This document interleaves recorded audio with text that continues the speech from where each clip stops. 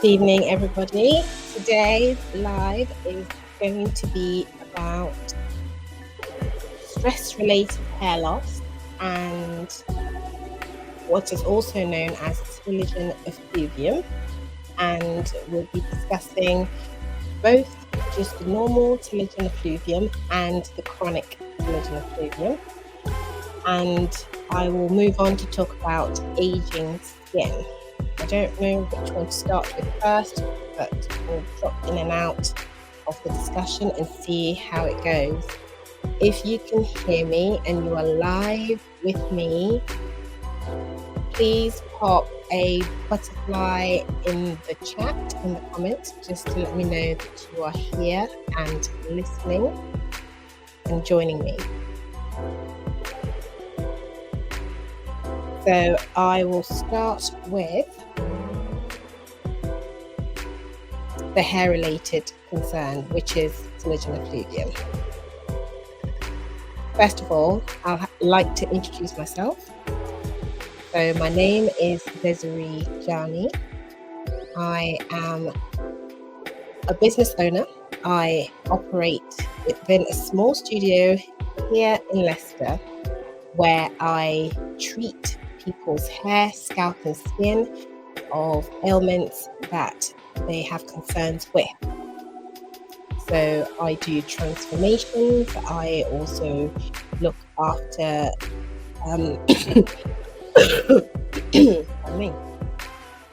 I also style the hair, I look after the hair, I treat the hair, and I treat people with hair loss concerns and advanced skin concerns. And so my link to where I operate and my studio and how to book an appointment with me and everything will be linked below. Or you can find me at Vegan Hair Salon UK, and you can find all my details on there. These lives are not supposed to be consultations. They're not live consultations, by the way. I am not a GP, I'm not a doctor. And I am here to share with you my knowledge and my experience, my expertise in the area of hair, scalp and skin. So thank you for joining me. I think what I'm going to start with is the hair part. So this is my third live, and so I'm starting to get used to things a little bit, so please bear with me. But if there is a butterfly emoji somewhere and you can see it, if you can hear me, then please pop that into the comments. But for now, I'm going to have a look and see if I am live on YouTube, just to make sure that everything is fine.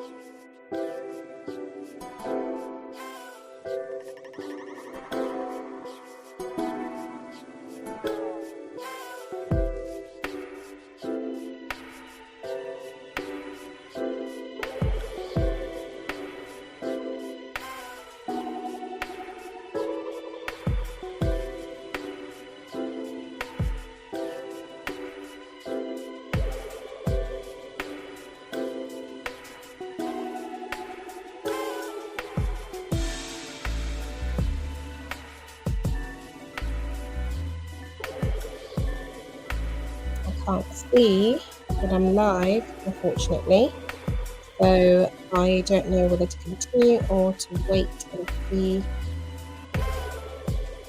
if somebody's going to respond.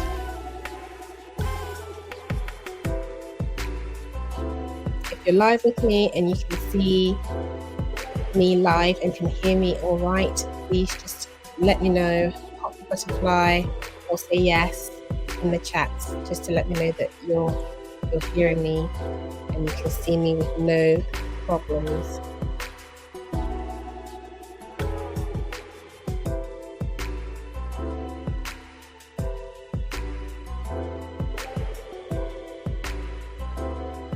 Okay, so I want to start by addressing the importance of hair to us as a society. In general, how we feel about hair, our emotions towards hair, and the way we feel when we lose our hair. So, in general, the hair is a status symbol. We feel that if we've got abundant hair and we are doing well, and it's long and it's shiny and it's beautiful, we feel that we have a higher status somewhat. It seems to be the thing that works for all of us among most cultures, really. It's a social status symbol, and others measure that as the state of our health. It basically is a representation of how well we are if our hair is doing well, or it's glossy, shiny, and long. The hair and beauty industry is a vibrant industry, and it brings billions and billions of pounds to our economy.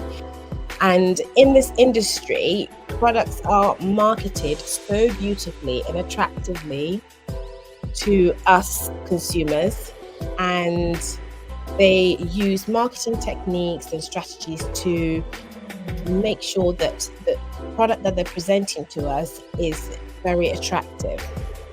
So the initial branding, the message for attractors is at the front of the product, and the information is usually when you've turned the back of the product. That's when you find the actual information that is important to you. But the front, the shiny information that is there, that is on the front, is usually what we see that attracts us to the product. Okay, so these techniques attract sales, and it's brilliant. It's brilliant. It works for the brands, but we want to make sure that we're getting what we need. And there is research that manufacturers do use. Sometimes they don't use any at all, and use that to basically attract us to buy the products without even considering some of the issues that we're facing. And so when we have patients, for example, who have hair loss conditions such as alopecia areata, for example, we expect spontaneous recovery from this condition. But there could be products that are marketed to somebody with that hair loss condition, and when they do recover spontaneously, the brand may see that as a direct response to their product that they've marketed to that person. But as we know, most of the time, that is not the case whatsoever. And then we have cases like telogen effluvium. That is a hair loss condition that is stress related, and it's temporary in nature. And we find that people who go through this stress related hair loss condition are also going to recover from this if the stress is managed properly and the person recovers from the stressful state. So the body's feelings of trauma is subsided over time, and then the person can recover, and hair growth and hair length retention can resume. Unfortunately, these tactics that these marketing companies use is really to prey on our vulnerability, and it misguides us into purchasing these products and promises unattainable outcomes. Because essentially what I'm saying is that there are some hair loss conditions that will resolve themselves over time.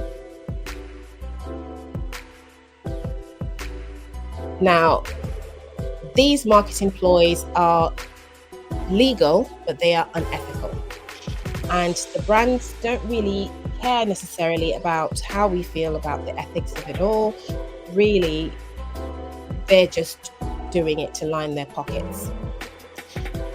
And most products, by the virtue of the fact that you're using it and you're actively using the product on your scalp, the fact that you're attending to your hair, just by that virtue of that fact, you may find that your hair and scalp will actually start to become a conducive environment for good quality hair growth.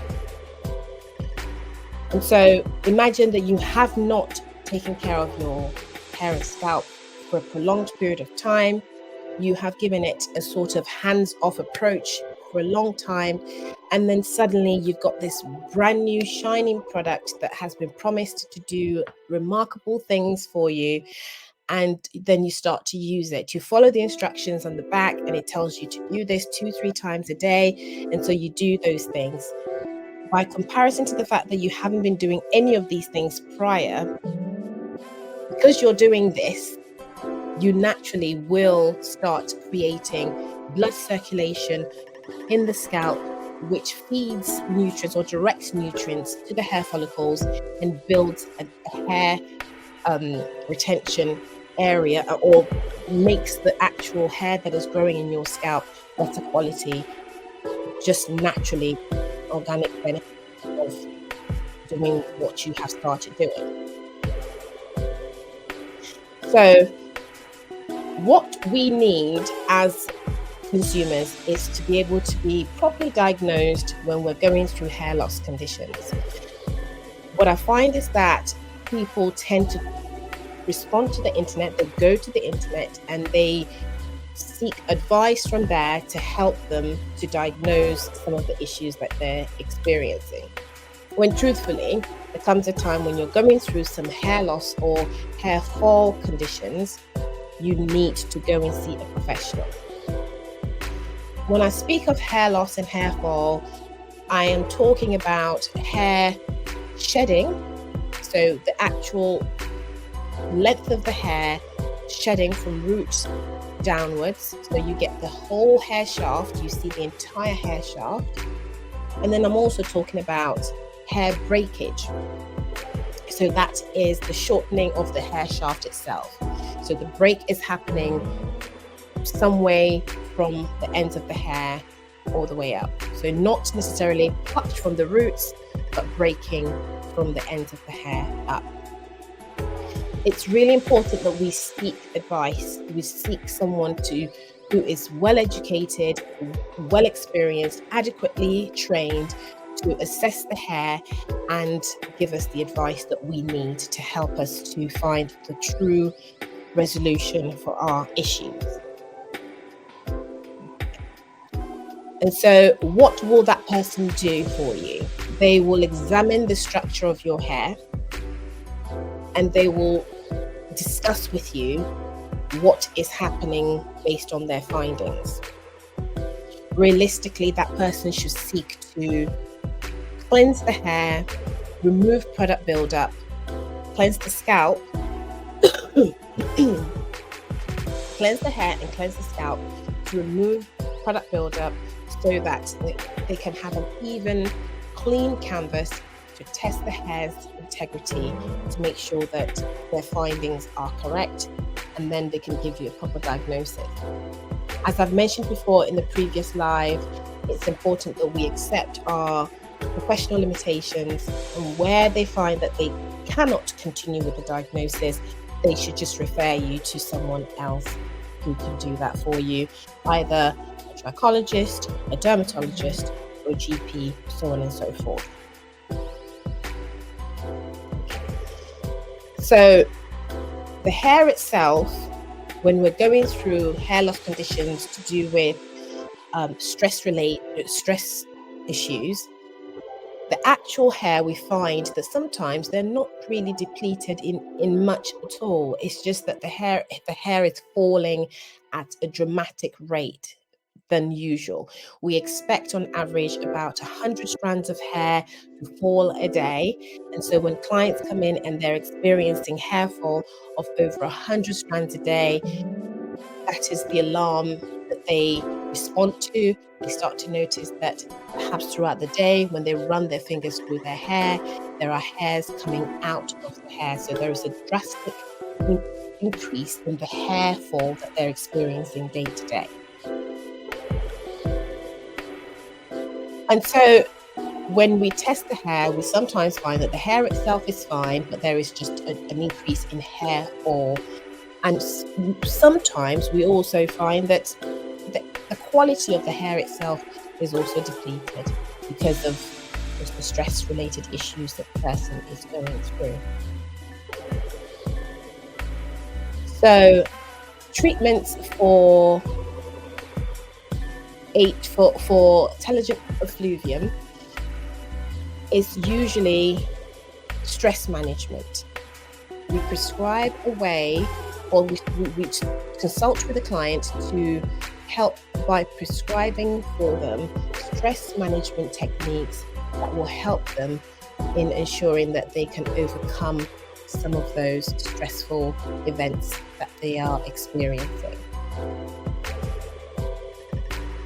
So I want to speak briefly about the stress management techniques that we prescribe for clients and how we consult to make sure that clients are going to truthfully benefit from the ideas and the techniques that we offer them so that they can recover from their ailments. So we deal with things such as work and social adjustments, ways to make sure that we adjust the way that their stress is impacting on their lives. We look at the social ways that they are that they are being affected by the stresses of their life. We look at things like triggers, phobias, things that people respond to and how to avoid them so that they don't experience that stresses, the prolonged stresses that they're going through, and then the prolonged effects that they would have to their hair and scalp issues. We collate all this information and then we help to address those with the clients, because it is all well and good when you say to a client, you're going through these issues and I would suggest that you go for a run, for example, 3 times a week, and they find that running is too stressful for them. And that then compounds to the stressful events that they're going through, because running is not something that they enjoy. It could be that they respond better with CBT, cognitive behavioral therapy, or other things that they may enjoy that really encourages relaxation, or perhaps writing things down in a stress bucket. We have things that we do when we want to, achieve certain tasks in our lives, and we put it in a way of, listing them as a bucket form, a bucket list rather. And so when we suggest to clients, perhaps you should write, a stress bucket where you put things in there that you find stressful so that you can deal with those things individually. We talk about practicing mindfulness. That's really important because it helps clients in ensuring that they are present and that they don't overthink and think about other things that may exacerbate their worrying state, so that they can move on with tasks and achieve things. And overall, eventually, we hope that helps in getting them to recover from the stressful state that they have been in. We also look at things like their strengths and weaknesses and resources that they have available to them. So we're very realistic in the way that we approach these things, and we have an open communication skills that we use that helps us to ask the right questions and get the right answers back so that we can help the clients properly. We talk about self-care things like looking after yourself a little bit more, maybe the things that the client, these are all bespoke advice, by the way. There is no point in advising clients on doing things that they don't necessarily enjoy doing. If we find that there are patients that don't like to engage in certain activities, we just don't suggest it. So it's nice to have a thorough consultation where we speak to clients properly and get the right ideas from them, and then we use those to help them. Ultimately, what we're trying to do is build resilience. We're building resilience in that person's ability to withstand stresses, the life stresses that we go through, and so that they can find their purpose and values by using those strengths and resources that they have at their exposure, so that they can better cope with situations when they arise. Now, we can't avoid stress altogether. I wish we could. I wish it is a thing that we can all deal with and say that we can all avoid stress at any given time. Unfortunately, that is not a luxury that we can explore. But what we do try to help with clients is to help them to manage those stressful situations. Some stressful situations could be the client has experienced recent trauma because of a death in the family, or it could be trauma from just childbirth. It could be trauma from a weight reduction plan, or a dramatic weight loss or dramatic weight gain, or that they have started a new habit. For example, they started to smoke or drink a lot more than they usually do, and now it's having an effect on them. And then we do things like, like I said before, relaxation and things like that, using strengths and weaknesses, really discussing the person's purpose and value in life.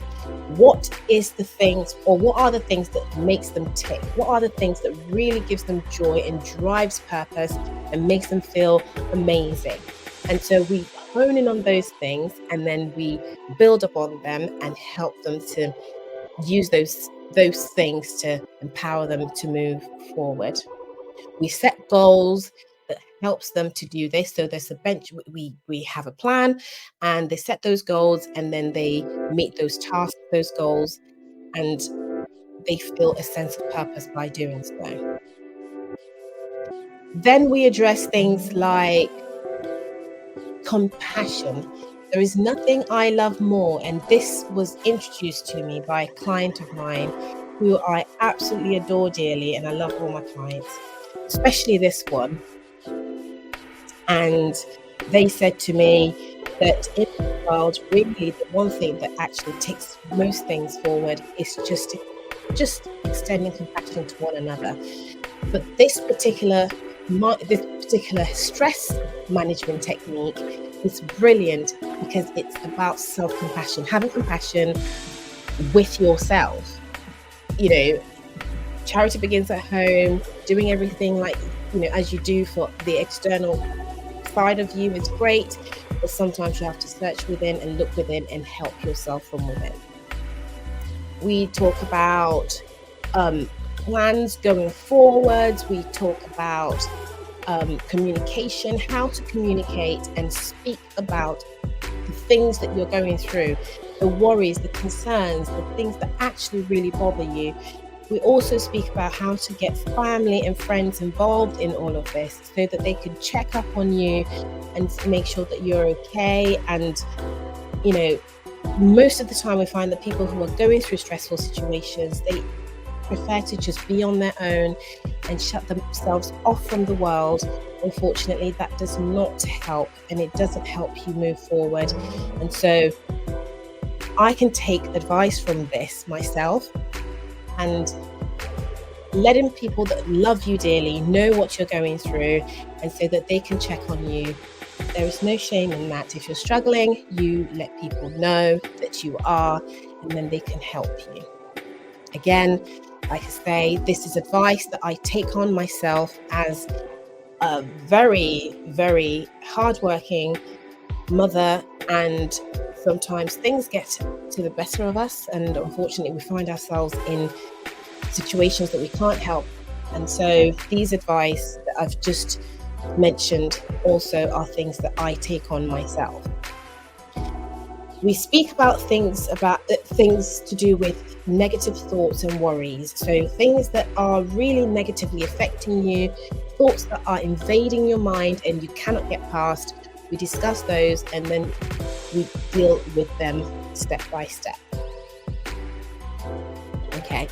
And so all in all, it's a holistic approach to helping people, to help them understand stresses so that they can recognize stresses and also how it impacts on them day to day. We teach these techniques so that clients can help to manage their stresses.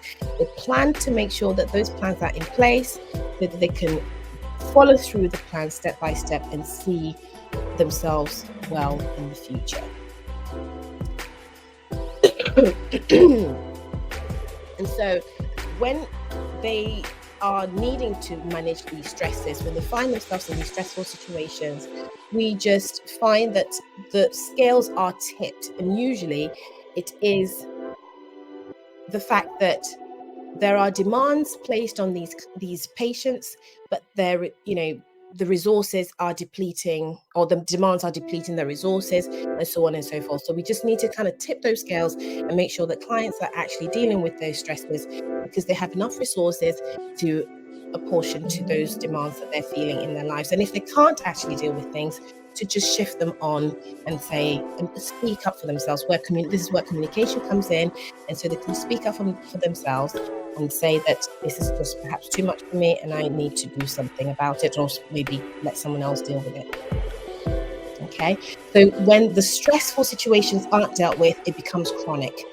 We really struggle with clients that are going through stressful, chronic situations because it can lead to associated diseases such as autoimmune response. It can increase their any heart diseases, any chances of heart diseases, ulcers, migraines, so on and so forth. Bowel. I discussed this with a client today and it was quite funny. I mentioned that when clients come in and I do consultations, we have to, this is a bit TMI, but we have to discuss bowel movement.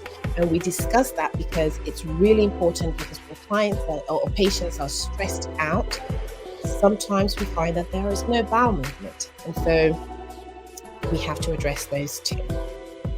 So nothing is off the table.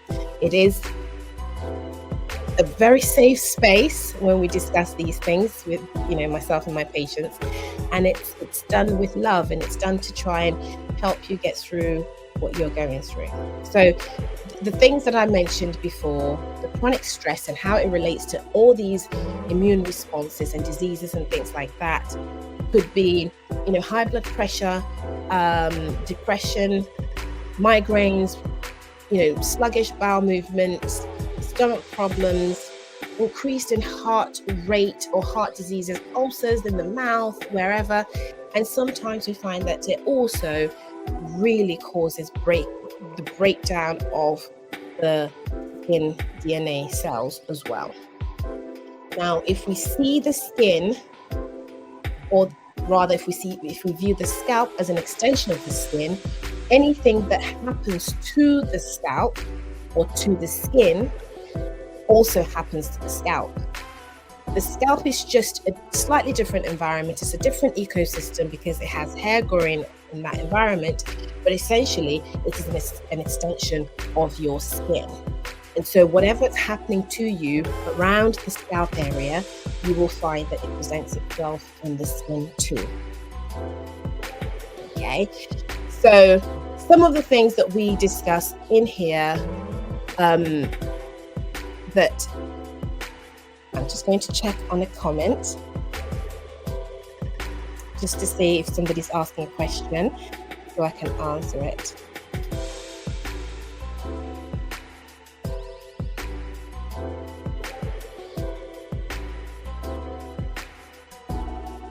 Okay, so when some of the things that causes stress are just people finding things just too overwhelming, and they have far too many responsibilities to deal with, and they can't see that they can deal with it adequately. Or people who experience discrimination, hate or abuse, and people who go through periods of uncertainty where they don't know what's happening to them or what is going to happen to them. When people are chronically worried about something that is happening in their life, or there are big changes going on in their lives, or they find themselves just not having control over something, mostly when there is a fallout or a very sudden change in their lives, somebody has passed away, there's a breakdown in relationship or marriages, that's when we find that people find themselves feeling out of control. Money issues, money worries is also a thing that worries clients and patients a lot. When people don't have enough work that brings in enough money, or they don't perhaps have an active, full lifestyle that will help them to be able to live a full life, or things have changed that has completed that part of their lives. Okay, so but sometimes we have secondary or secondhand stressful situations with people where patients are experiencing secondhand stressful situations because somebody in their lives is going through it. And so they're experiencing or they're feeling the side effects of what is happening for that person. When we love people dearly, we also experience and we feel for them when they're going through things. We just feel so bad for them, and it can also affect us and it affects our hair growth patterns.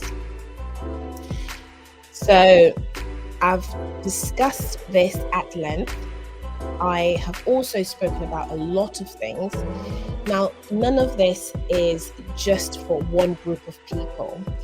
It's for everybody. This could be your teenage children, preteens, or men, women, whoever.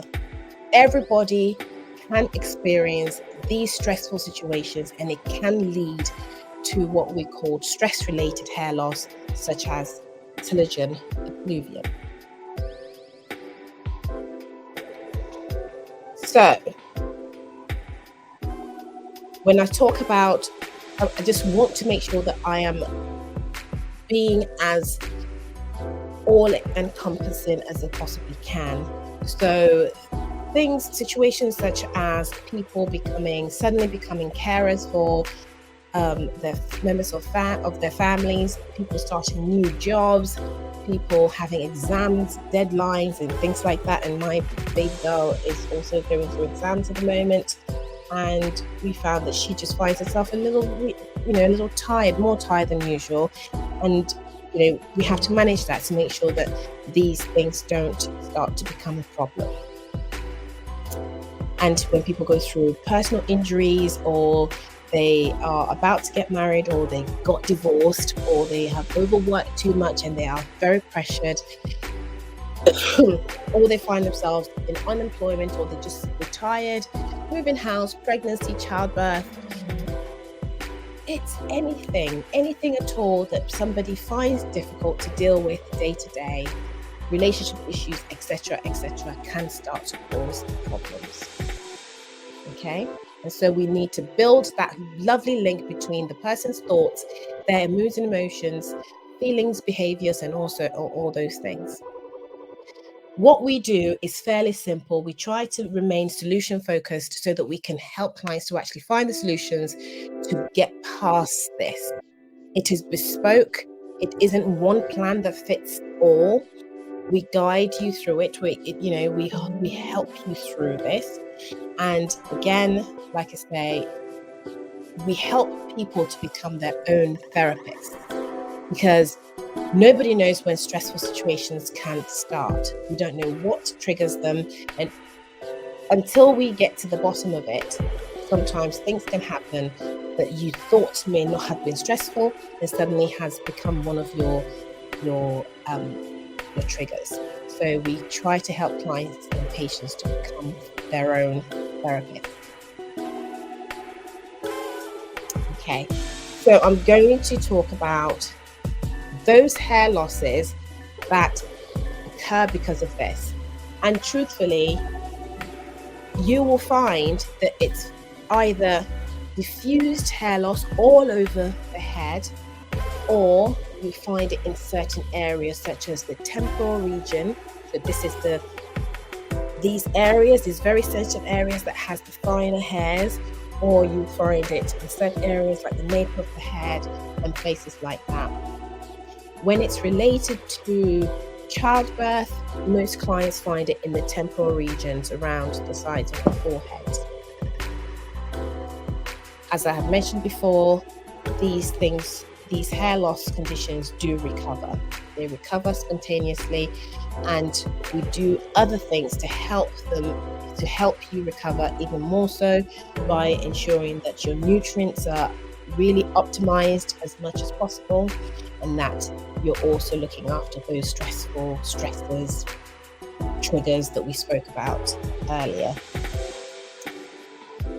So, how does stress affect the skin and aging? I'm going to move on to that quickly. I don't have much more time. So I will be discussing that. And really, I want to look at the intrinsic factors and extrinsic factors to aging.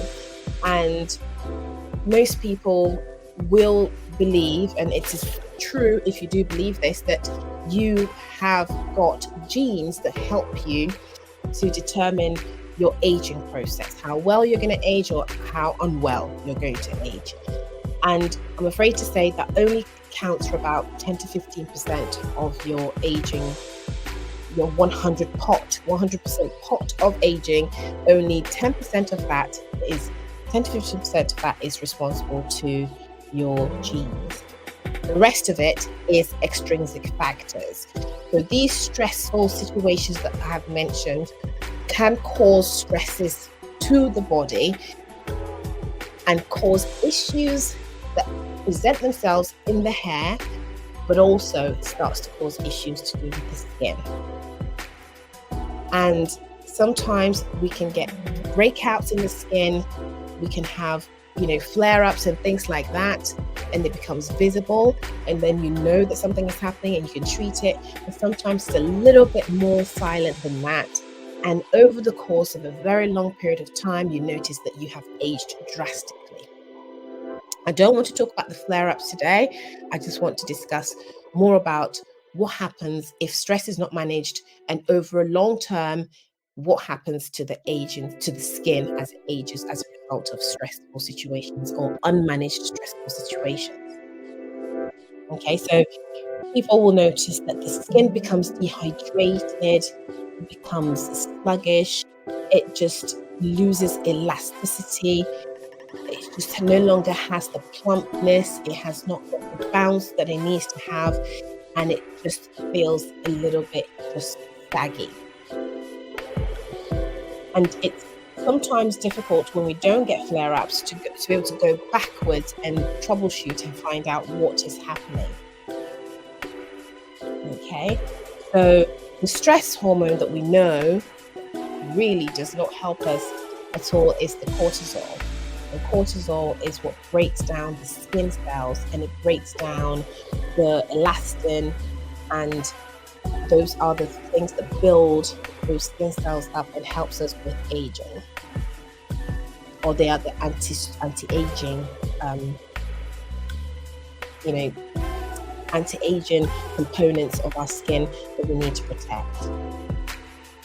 Okay, so clients will, some of the things that we discuss alongside their food and nutrients and things like that is making sure that there is no poor nutrition as part, as a contributory factor to aging, but looking at boosting up vitamin C to ensure that those levels are up.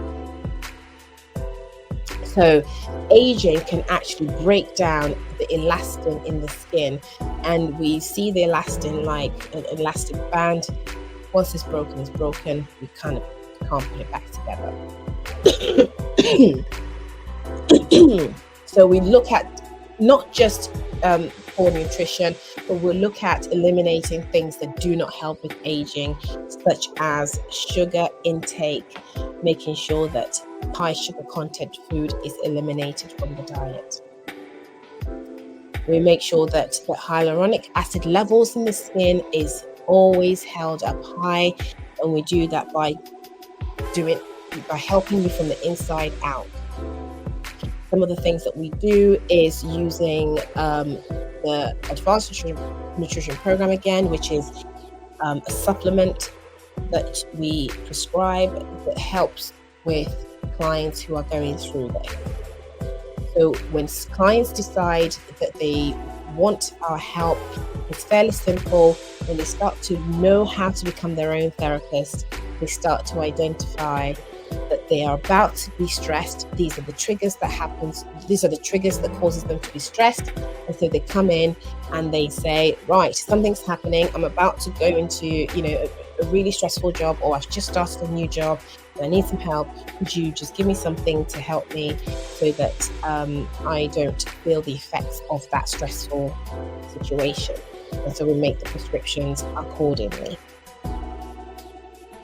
Then we look at, collagen.